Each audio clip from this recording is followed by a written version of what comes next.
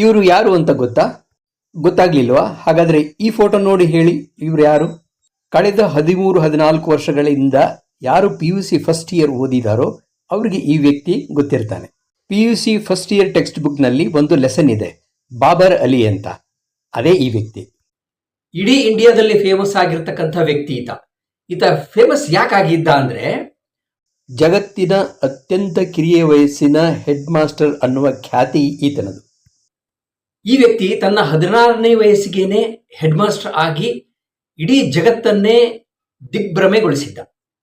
ಅತ್ಯಂತ ನಿಸ್ವಾರ್ಥ ಭಾವದಿಂದ ಹಳ್ಳಿಯಲ್ಲಿರುವ ತನ್ನ ಗೆಳೆಯರಿಗೆ ತಾನು ಓದುತ್ತಾನೆ ಅವ್ರಿಗೂ ಸಂಜೆಯ ಹೊತ್ತಿನಲ್ಲಿ ಪಾಠ ಹೇಳ್ಕೊಡ್ತಾ ಒಂದು ಸಣ್ಣ ಟ್ಯೂಷನ್ ಕ್ಲಾಸ್ ಅಂತ ಇದ್ದಿದ್ದು ದೊಡ್ಡದಾಗಿ ಒಂದು ಹೈಸ್ಕೂಲ್ ಆಗಿ ಬೆಳೆದಂತಹ ಒಂದು ನಿದರ್ಶನ.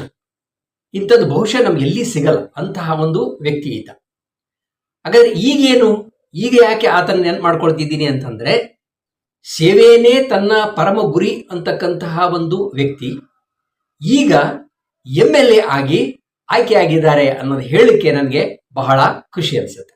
ಈಗ ಇತ್ತೀಚೆಗೆ ನಡೆದಿರ್ತಕ್ಕಂತಹ ವೆಸ್ಟ್ ಬೆಂಗಾಲ್ ಚುನಾವಣೆಯಲ್ಲಿ ಈತ ತೃಣಮೂಲ್ ಕಾಂಗ್ರೆಸ್ನ ಅಭ್ಯರ್ಥಿಯಾಗಿ ಜಲಾಂಗಿಯಿಂದ ಈತ ಸ್ಪರ್ಧೆ ಮಾಡಿ ಗೆದ್ದು ಈಗ MLA ಆಗಿದ್ದಾರೆ. ಇಂಥವರು ಪಾಲಿಟಿಕ್ಸ್ಗೆ ಬರಬೇಕು.